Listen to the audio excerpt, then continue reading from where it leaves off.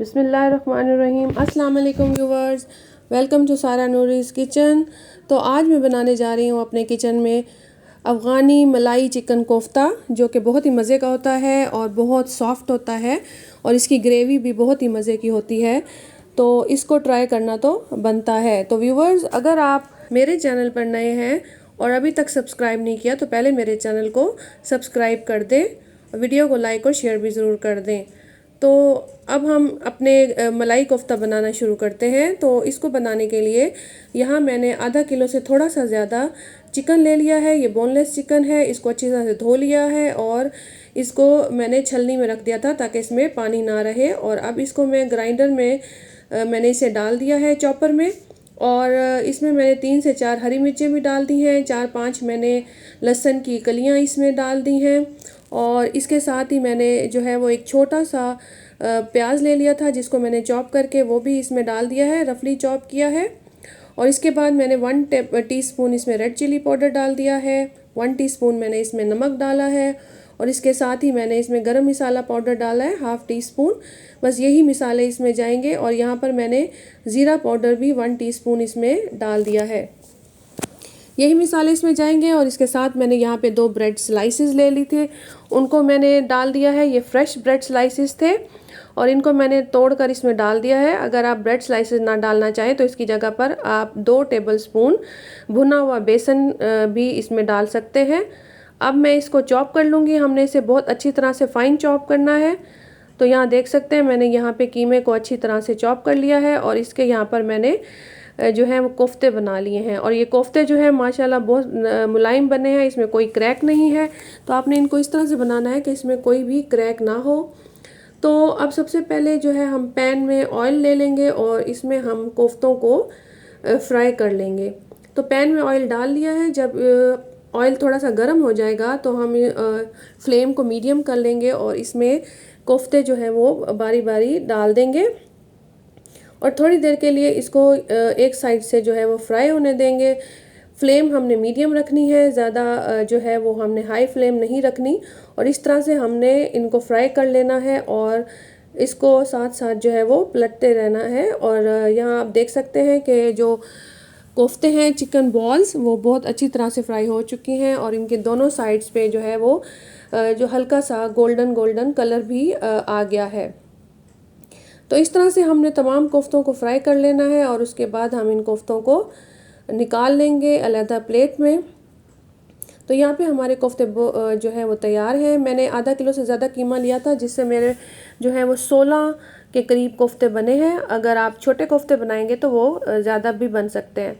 तो यहाँ मैंने एक पतीला ले लिया है जो कि खुला पतीला है, आप इसकी जगह कढ़ाई भी ले सकते हैं। और इसमें मैंने वही ऑयल डाल दिया है जिसमें हमने कोफ्ते फ्राई किए थे, जो तकरीबन 1 कप ऑयल था। और अब मैंने इसमें 2 बड़े साइज़ के प्याज लेके उन्हें चॉप करके डाल दिया है। और अब ये जो प्याज हैं इनको हम जो है वो फ्राई करेंगे। और इसके अंदर मैंने 3 से 4 अदद जो है वो ग्रीन चिलीज़ भी डाल दी हैं। अगर आप ज़्यादा स्पाइसी खाना चाहते हैं तो इसे ज़्यादा भी कर सकते हैं। तो अब प्याज को हम थोड़ी देर के लिए फ्राई करेंगे। हमने सिर्फ प्याज का कलर जो है वो ट्रांसलूसेंट करना है, तो प्याज जो है उनको ब्राउन नहीं करना। और प्याज जब फ्राई हो जाएंगे 1 से 1.5 मिनट तक फ्राई करना है। और जब ये ट्रांसलूसेंट हो जाएंगे तो हम प्याज को जो है वो एक प्लेट में निकाल लेंगे। तो यहाँ प्याज जो है वो ट्रांसलूसेंट हो गए हैं, तो अब हम इनको एक प्लेट में निकाल लेंगे।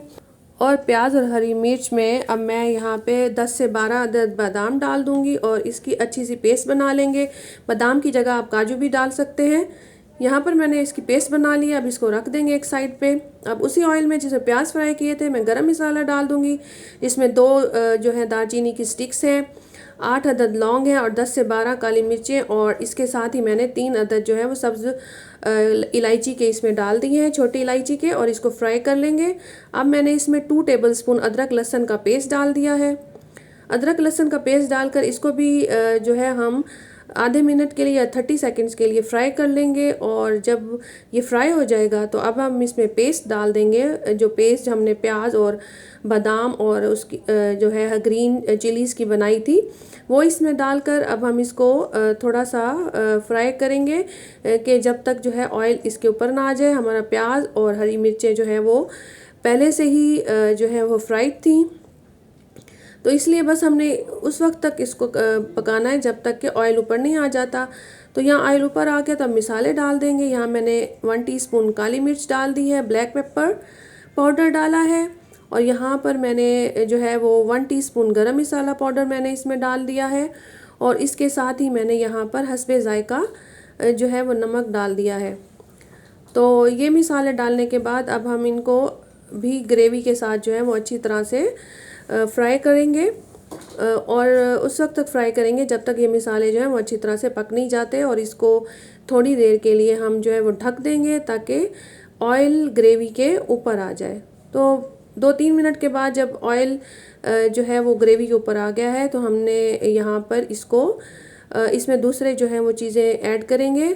तो अब यहाँ पर मैंने आधा कप के करीब जो है वो दही ले ली है। ये दही फ्रेश दही है और ज़्यादा खट्टा दही नहीं है, क्योंकि अगर ज़्यादा खट्टा दही डालेंगे तो सालन का टेस्ट जो है वो ज़्यादा खट्टा हो जाएगा और इसका टेस्ट वो नहीं आएगा जो कि इसका टेस्ट आना चाहिए। तो इसलिए हमने फ्रेश दही डाला है जो ज़्यादा खट्टा ना हो। तो अब दही को भी हम पका लेंगे और उस वक्त तक पकाएंगे जब तक कि ऑयल जो है वो दोबारा से ग्रेवी के ऊपर नहीं आ जाता। तो यहाँ पर अब ऑयल जो है वो ग्रेवी के ऊपर आ गया है। तो अब यहाँ पर हम कोफ्ते डाल देंगे, चिकन बॉल्स, जिसको कि हमने पहले से फ्राई कर लिया था। तो यहाँ पर हमने चिकन को फ्राई तो कर लिया था, लेकिन ये अंदर से अभी पके हुए नहीं हैं, तो इसलिए हम इनको पकाना है। तो पहले हम इसको ग्रेवी के साथ अच्छी तरह से फ्राई कर लेंगे, और इतना फ्राई करेंगे कि इनका कच्चापन जो है वो ख़त्म हो जाए और ऑयल जो है वो कोफ्तों के ऊपर आ जाएगा। तो उसके बाद फिर हम इसको थोड़ी देर के लिए जो है वो पकने देंगे।